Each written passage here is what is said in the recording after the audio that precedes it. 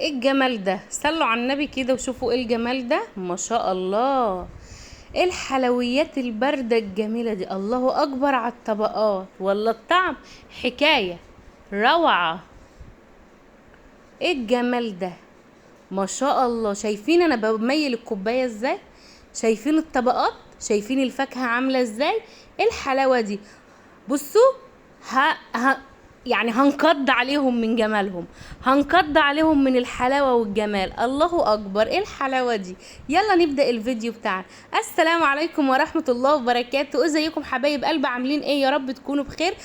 اللهم صل وسلم وزد وبارك عليك يا حبيبي يا رسول الله.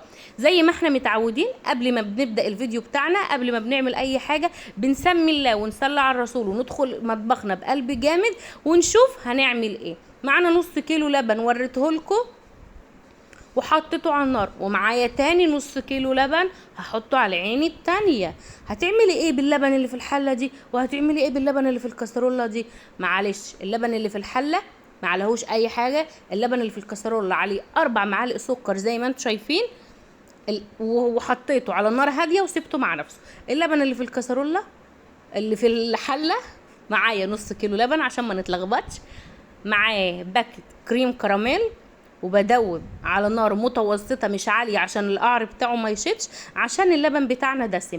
اهم حاجه في نص الفيديو كده وانا بقلب، ما تنسنيش لايك وشير وسبسكرايب عشان يوصلك كل جديد، وتفعلي زر الجرس على الكل علشان اي عظمه نعومه وسمكه يعملوها يوصلك اشعار بيها. والحنه اللي على ايدي دي عندنا فرح عقبالكم جميعا. عماله اقلب اقلب اقلب اقلب اقلب زي ما انتم شايفين. الفيديو سهل جدا، الجو حر قوي، لازم نعمل حاجه تطر على قلبنا. دي خيانه، خيانه. بتسجلي من ورايا. لا بس دي خيانه. شايفين بقى يا جماعه، كملي بقى.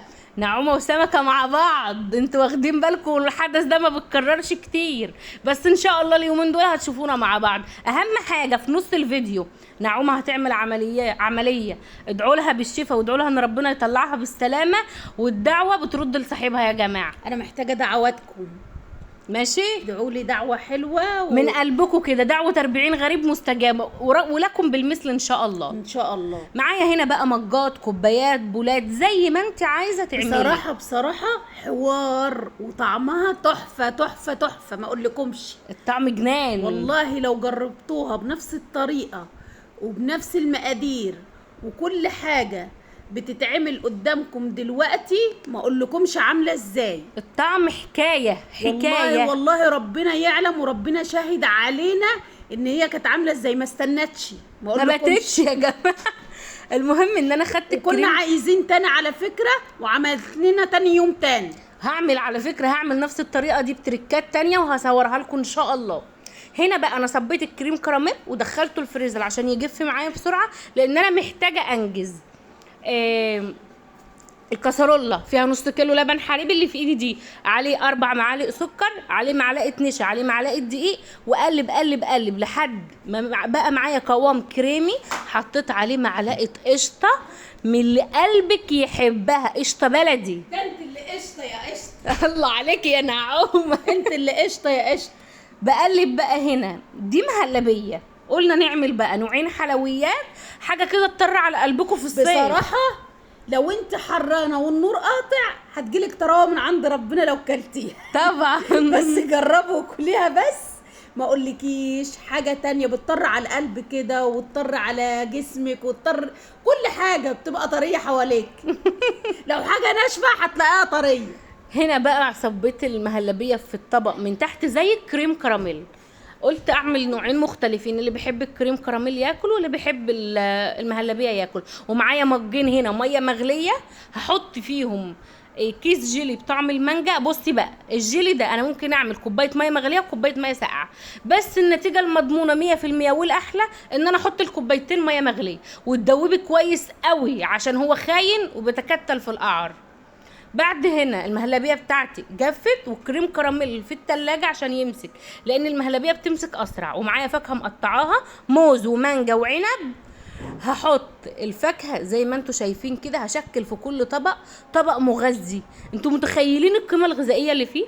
لبن، قشطه، نشا، فاكهه، سكر، بروتين. بص كل حاجه في الطبق ده وجميله قوي في الصيف وحلوه قوي للاطفال. وعلى فكره مش مسكره قوي وطعمها جميل تحفه تحفه. انا بحسبها احط لها سكر بصراحه، قالت لي لا والله ما حطيتش سكر، بس صراحه ربنا ما خدش معانا سكر. يعني اللي عامل دايت ياكل منها وقلبه جامد. ما خدش معانا سكر غير المهلبيه، خدت 4 معالق بس، لان ما ينفعش اعملها من غير سكر، اعملها من غير سكر مش هتظبط. وخليت الكرم الجيلي بتاعي هدى، وبعد كده صبته. ما ينفعش اصبه مغلي، لازم اسيبه يهدى على الاقل 5 دقايق بس. تمام. وصبيته ورجعته ورا خالص، ووديت حاجتي في الفريزر تهدى شويه، سبتها بردت ودخلتها التلاجة تمسك عشان ناكل مع بعض. وعملت جيلي الفراوله زي ما انتم شايفين، ومعانا الكريم كراميل هنحط عليه الفاكهه بتاعته. يبقى احنا عملنا المهلبيه بجيلي المانجا والكريم كراميل بجيلي الفراوله. وبحط بقى مانجا. على فكره البوله من دي بجيبها من عند محل العصير ب25 جنيه. انا قعدت حسبت التكلفه بتاعت انا لو هشتري مجموعه البولات اللي انا جبتها دي، انا لقيت نفسي مكلفه 325 جنيه، مع ان انا كل حاجه حاسباها 100 جنيه. 100 جنيه بس حسبناها لقينا التكلفه كلها 100 جنيه بس، يعني انت وفرتي 225 جنيه. وهقول لك انا عندي اللبن، انا ما اشتريتش لبن، عندي السكر، عندي حاجات كتير موجوده، وعندي الفاكهه. انما انا حسبت كل حاجه عشان لما تيجي تشتري تعرفي انت بتشتري ايه. ومعايا الله اكبر الجيلي فاض، عملت كوبايه جيلي بس، لان عندنا الاطفال ما لهمش في الكريم كراميل اي حاجه فيها لبن، يعني هم ما لهمش فيها قوي، وانا بنتي بتاكلش الفاكهه فاضطرينا ندخل. شايفين الايدين دول ايدين نعومه سمك. ايه رايكم بقى في الجمال بعد ما طلع من التلاجة؟ حاجه كده عظمه اللهم بارك. في التلاجة من تحت 4 ساعات، في الفريزر 3 ساعات. لا في الفريزر ساعه. طيب. التلاجة 4 ساعات. طيب في التلاجة من تحت 4 شايفين ساعات، الكوبايات؟ شايفين التماسك؟ انتوا شايفين التماسك؟ شايفين عامله ازاي؟ انا بميل المج وبميل الكوبايه والطبق. بصوا بقى انا هوريكم الطبقات. بصوا بصراحه ربنا حوار حاجه كده بسم الله ما شاء الله.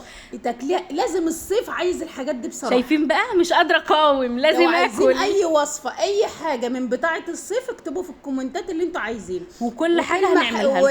وجبر خاطر بقى، ما تنسوش جبر الخاطر، ما تنسوش تجبروا بخاطرنا. ربنا يجبر بخاطركم يا رب زي ما بتجبروا بخاطرنا في الكومنتات الجميله. والسلام عليكم ورحمه الله وبركاته.